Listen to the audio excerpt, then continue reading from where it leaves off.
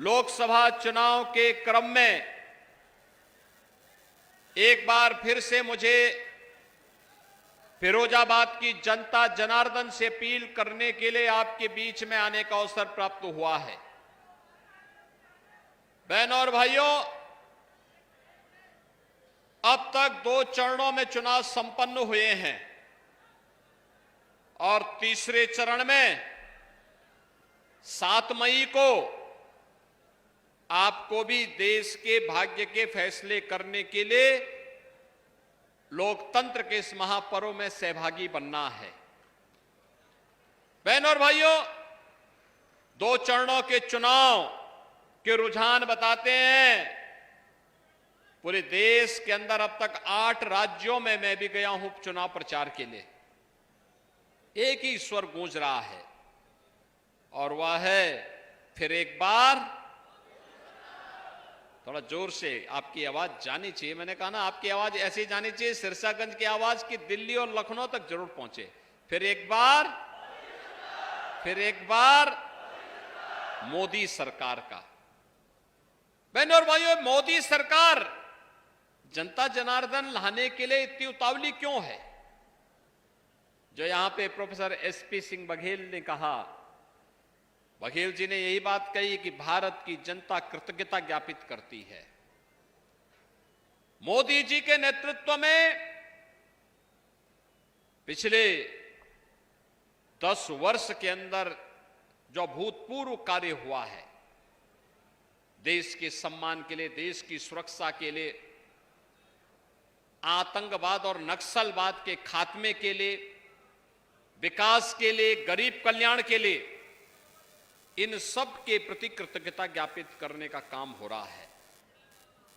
बहनों और भाइयों, आज तो मैं आपसे कहने के लिए आया हूं कि यहां पर कांग्रेस और समाजवादी पार्टी का गठबंधन भी अपना प्रत्याशी उतारा है और बहुजन समाजवादी पार्टी ने भी अपने प्रत्याशी को उतारा है। मैं केवल आपसे एक बात कहना चाहता हूं कि बहनों और भाइयों, विकास अपना महत्व रखता है। लोगों के जीवन में खुशहाली लाने के लिए गरीब कल्याणकारी योजना भी आवश्यक है, लेकिन इस सबसे बढ़कर के आपकी सरकार आपकी आस्था का सम्मान करे, यह पहली बार देखने को मिला है। क्या कांग्रेस के लोग, सपा या बसपा के लोग अयोध्या में राम मंदिर का निर्माण कर पाते? क्या राम मंदिर के निर्माण से आपको खुशी हुई? जिन लोगों को खुशी हुई थोड़ा हाथ खड़ा करके मुझे दिखाएंगे। यानी आप खुश हैं, आप खुश हैं ना? और मुझे एक बात बताओ, राम मंदिर के मार्ग में सबसे बड़ी रोड़े थे कांग्रेस, सपा और बसपा।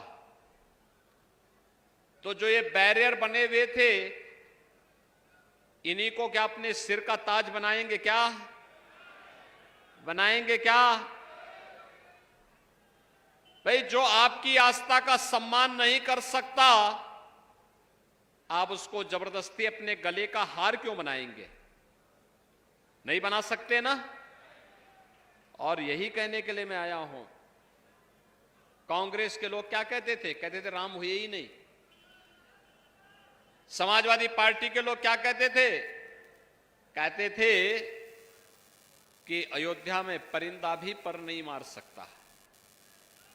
यही बोलते थे ना? और बहन जी के हाथी के लिए तो बोलना ही क्या है, उसकी अपनी चाल है।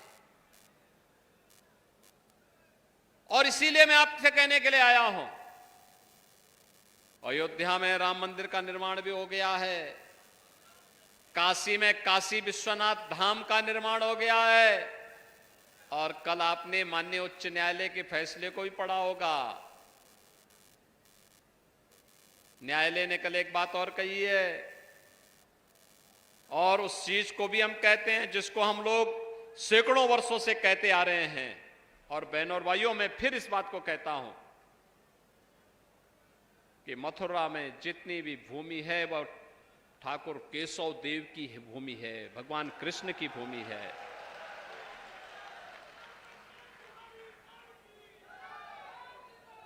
बहनों और भाइयों, एक तरफ मोदी जी के नेतृत्व में विरासत को सम्मान और आपकी आस्था को सम्मान देने वाली भाजपा की सरकार है, और दूसरी तरफ कांग्रेस, सपा और बसपा के नेतृत्व की सरकार जो कहती है हम विरासत टैक्स लगाएंगे। यानी ये औरंगजेब के नए अवतार पैदा हो गए हैं जो कहते हैं विरासत टैक्स लगाएंगे। जैसे औरंगजेब ने जजिया कर लगाया था ना हिंदुओं पे, क्या आप जजिया कर देंगे क्या स्वतंत्र भारत में? लेकिन ये जजिया कर आपसे वसूली करना चाहते हैं। कमाई आपके बाप दादा करेंगे, आपके पूर्वजों ने कमाया होगा। अब लूटने के लिए कांग्रेस, सपा के लोग आएंगे और कहेंगे तो हमारा विरासत टैक्स हो गया, आधी प्रॉपर्टी पे जबरन कब्जा कर देंगे। क्या आप इसको स्वीकार करेंगे? क्या यह देश स्वीकार करेगा? बहनों और भाइयों, ये आपके हक पर डकैती है। दूसरा, बाबा साहब भीमराव अंबेडकर ने जब 1950 में देश का संविधान देश को समर्पित किया तो संविधान बनाते समय उन्होंने एक बात का उल्लेख किया था। उन्होंने कहा था धार्मिक आधार पर देश के अंदर आरक्षण नहीं हो सकता, नहीं हो सकता है, क्योंकि यही कारण देश के विभाजन का बना था। लेकिन आज कांग्रेस ने अपने मैनिफेस्टो के माध्यम से फिर से भारत के विभाजन की आधारशिला रखने की कुछ चेष्टा की है। वह कहता है कि पिछड़ी जाति को मिलने वाले आरक्षण का एक हिस्सा काट करके हम मुसलमानों को दे देंगे, अनुसूचित जाति के आरक्षण का एक हिस्सा काट करके मुसलमानों को दे देंगे। यानी जो बाबा साहब भीमराव अंबेडकर कहते थे, ठीक उसके विपरीत कांग्रेस और सपा के लोग कर रहे हैं। क्या आप इसको स्वीकार करेंगे क्या? बहनों और भाइयों, ये देश को नुकसान पहुंचाने की साजिश के तहत कांग्रेस और सपा के लोग फिर से साजिश रचने लग गए हैं। जब ये लोग सत्ता में थे तब कुछ नहीं कर पाए थे, देश का सम्मान इन्होंने गिरवी रख दिया था, सीमाएं असुरक्षित थी, कभी भी कोई दुश्मन देश भारत की सीमा में घुस जाता था। आतंकवाद और नक्सलवाद सिर चढ़ करके बोल रहा था, कहीं भी विस्फोट हो जाता था। विकास के कार्य ठप पड़े थे, गरीब कल्याणकारी योजनाओं में डकैती पड़ती थी, गरीब को मिलता ही नहीं था। और बहनों और भाइयों, आज आप देख रहे होंगे नए भारत में दुनिया में सम्मान बढ़ा है, सीमाएं सुरक्षित हुई हैं, आतंकवाद और नक्सलवाद समाप्त हुआ है, और अब तो कहीं जोर से पटाखा फट जाए ना तो पाकिस्तान पहले सफाई दे देता कि भाई मेरा हाथ नहीं है, मैं इसके पीछे नहीं हूं। देश के दमक है। बहनों और भाइयों, जब मजबूत हाथों में देश होता है ना तो दुश्मन दब करके रहता है, जब मजबूर हाथों में होता है तो दुनिया आंखें दिखाती है। आज तो थोड़ा भी अगर दुश्मन भारत की तरफ थप्पड़ मारने के लिए लपकता है तब तक यहां से इतना जोरदार घूंसा जड़ा जाता है कि दुश्मन धराशायी हो चुका होता है। ये नया भारत है। नया भारत मोदी जी के नेतृत्व में बिना रुके, बिना डिगे, बिना झुके और बिना हटे आत्मनिर्भर और विकसित भारत की परिकल्पना को साकार कर रहा है। आत्मनिर्भर और विकसित भारत ही है जिसके तहत मोदी जी ने, देखो इंदिरा गांधी जी ने 1970 में नारा दिया था गरीबी हटाओ का, गरीबी नहीं हट पाई। अब सोचो 54 वर्ष के बाद भी उनका नाती वही नारा लगाए जा रहा है, कह रहा गरीबी हटा देंगे। कहा कैसे हटाएंगे? एक पत्रकार ने पूछा कैसे हटाएंगे, तो कहते हैं कि मैं सभी लोगों की संपत्ति का सर्वे कर दूंगा। तो कहा फिर? कहा उसमें से अगर किसी परिवार में 6 लोग होंगे तो उनसे कहेंगे भी तुम्हारे लिए 2 कमरे पर्याप्त हैं, बाकी को मैं कांग्रेस के लोगों को आवंटित करवा दूंगा। अब क्या ये देश स्वीकार करेगा क्या? अरे मेहनत करेंगे आप, कमाई है आपकी, आपके बाप दादों की, और डकैती डालने का काम ये लोग करेंगे? क्या ये देश स्वीकार कर पाएगा क्या इसको? यानी जो दादी ने जो नारा दिया, नाती भी उसी नारे को तोते की तरह रट रहा है। और बहनों और भाइयों, जब देश पे संकट आता है, कोरोना का संकट आया था, तो राहुल जी देश छोड़ करके भाग गए थे। कहीं कोई आपदा आती है तो भी देश छोड़ करके चले जाते हैं, तब उनको भारत की चिंता नहीं होती है। और आज फिर चुनाव जैसे आते हैं, ये लोग फिर आकर के बड़ी बड़ी घोषणाएं करते हुए दिखाई देते हैं। बहनों और भाइयों, ये नए भारत में पहली बार हो रहा है 80 करोड़ लोग फ्री में राशन की सुविधा का लाभ प्राप्त कर रहे हैं। बहनों और भाइयों, 60 करोड़ लोगों को 5 लाख रुपए की स्वास्थ्य बीमा का कवर मिल रहा है। कांग्रेस के समय में और सपा के समय में सेंधमारी होती थी योजनाओं में, आज तो मोदी जी ने जनधन अकाउंट खोल दिए हैं। अब पैसा सीधे लखनऊ या दिल्ली से लाभार्थी के खाते में आता है, बीच में कोई मीडिएटर नहीं होता है। किसान को किसान सम्मान निधि, 12 करोड़ किसान सम्मान निधि का लाभ प्राप्त कर रहा है। 12 करोड़ गरीबों के घर में शौचालय बन गए, 10 करोड़ गरीबों को एलपीजी का कनेक्शन मिल गया है। और बहनों और भाइयों, 4 करोड़ गरीब मकान प्राप्त कर लिए। और मोदी जी ने कहा है गरीब कल्याण, अभी संकल्प पत्र में, कि जितने बाकी बचे होंगे अगले 5 वर्ष में उनको भी एक एक मकान उपलब्ध करवाने का काम करेंगे।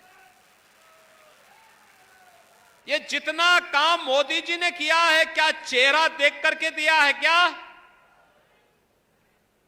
न किसी की जाति पूछी गई, न किसी का मत पूछा गया, न किसी का मजहब पूछा गया। मोदी जी ने तो सबका साथ और सबके विकास की भावना के साथ पूरे देश के अंदर समान रूप से पूरे देश का विकास किया है। और बहनों और भाइयों, इसीलिए आज मैं आपसे कहने के लिए आया हूं, मोदी जी के नेतृत्व में जो नया भारत है, इस नए भारत को अब आत्मनिर्भर और विकसित भारत के रूप में स्थापित करना है। आत्मनिर्भर और विकसित भारत का मतलब आप में से हर व्यक्ति के चेहरे पर खुशहाली, हर नौजवान के हाथ को कार्य, हर किसान को आत्मनिर्भर बनाना, हर हस्तशिल्पी को आत्मनिर्भर बनाना, हर बहन और बेटी को आत्मनिर्भर बनाना, हर व्यापारी के व्यवसाय को तेजी के साथ आगे बढ़ाने का कार्य करना, सुरक्षा का और भी बेहतर मॉडल प्रस्तुत कर देना। और यह कार्य आज मोदी जी के नेतृत्व में तेजी के साथ आगे बढ़ा है। और इसीलिए मैं आप सबसे अपील करने के लिए आया हूं, बहनों और भाइयों, पूरे देश के अंदर एक ही आवाज है, और आवाज आप भी समझ रहे होंगे। मैं आपसे केवल पूछना चाहता हूं, जो सुरक्षा का ये वातावरण है, क्या ये कांग्रेस सपा बसपा के लोग दे पाते क्या? दे पाते क्या? आज जो एक गरीब कल्याणकारी योजनाओं का लाभ मिल रहा है, क्या ये कांग्रेस सपा बसपा के लोग दे पाते क्या? अयोध्या में रामलला का भव्य मंदिर बना है, क्या ये कांग्रेस सपा बसपा के लोग बना पाते क्या? नहीं बना पाते ना। और इसीलिए पूरे देश के अंदर आवाज आई है कि जो राम को लाए हैं हम उनको लाएंगे। क्या फिरोजाबाद भी सहमत है क्या? फिरोजाबाद और सिरसागंज भी सहमत है क्या? जोर से दोनों हटा करके मुझे बताओ ना, पूरे यहां से आवाज जानी चाहिए। डर के मारे क्यों? अरे देखो, यहां तो आप देख रहे होंगे, अयोध्या में रामलला विराजमान भी हो गए, और बड़े बड़े माफिया और अपराधियों का राम नाम सत्य है की यात्रा पे भी भेज दिया गया। चले गए ना? चले गए ना? अब मुझे बताओ, इस सपा बसपा के लोग क्या बात करते हैं? इनसे पूछना चाहिए, पहले इनसे पूछना चाहिए क्या होता था सपा की सरकार के समय, क्या होता था बसपा की सरकार के समय। ये वही लोग हैं, जब राजू पाल की हत्या हुई थी बहनों और भाइयों, क्या राजूपाल किसी पिछड़ी जाति के परिवार का नहीं था क्या? और क्या उसको न्याय, उसके परिवार के लोगों को न्याय नहीं मिलना चाहिए था क्या? कहां थे सपा बसपा के लोग तब? और मैं इसीलिए आपसे पूछने के लिए आया हूं कि बहनों और भाइयों, कांग्रेस हो या सपा बसपा, ये सुरक्षा भी नहीं दे सकते, सुशासन भी नहीं दे सकते, आपका सम्मान की रक्षा भी नहीं कर सकते, विकास भी नहीं करा सकते, गरीब कल्याणकारी योजनाओं को भी आगे नहीं बढ़ा सकते। तो फिर इस बोझे को ढोने से फायदा ही क्या है? ये तो देश पे एक बोझा है। आने वाली पीढ़ी कोसेगी। कांग्रेस का घोषणा पत्र क्या कहता है? कहता है अल्पसंख्यकों को उनकी रुचि के अनुसार खान पान की स्वतंत्रता देंगे। बहनों और भाइयों, मैं पूछना चाहता हूं, ऐसा कौन सा भोजन है जो बहुसंख्यक समाज को नापसंद है लेकिन अल्पसंख्यक समाज को पसंद है? कौन सा भोजन है? केवल और केवल है बहुसंख्यक समाज भारत का कहता है हम गौ मांस नहीं खाते, गौ हत्या को वह कतई स्वीकार नहीं कर सकता।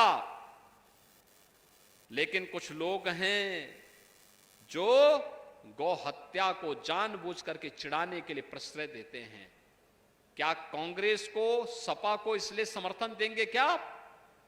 क्या गौ हत्या को आप आगे बढ़ाने का काम करेंगे क्या? क्या ये पाप करेंगे क्या? अरे आने वाली पीढ़ियां कोसेंगी, दूसरे लोक में जो हमारे पूर्वज होंगे वो कोसेंगे कि क्या इनके पाप में कौन सी ऐसी मजबूरी थी कि हम भी पाप के भागीदार बन रहे हैं। इसलिए बहनों और भाइयों, इंडी गठबंधन को मिलने वाला वोट पाप में भागीदार बनने जैसा है। और इसीलिए मैं आपको यहां पे सावधान करने के लिए आया हूं। भारतीय जनता पार्टी पूरे देश के अंदर चुनाव लड़ रही है और भारतीय जनता पार्टी आपको आत्मनिर्भर और विकसित भारत के साथ जोड़ने के लिए आई है। आप भी आत्मनिर्भर और विकसित भारत बनाना चाहते हैं? सभी लोग सहमत हैं? हमारा देश विकसित भारत होना चाहिए ना?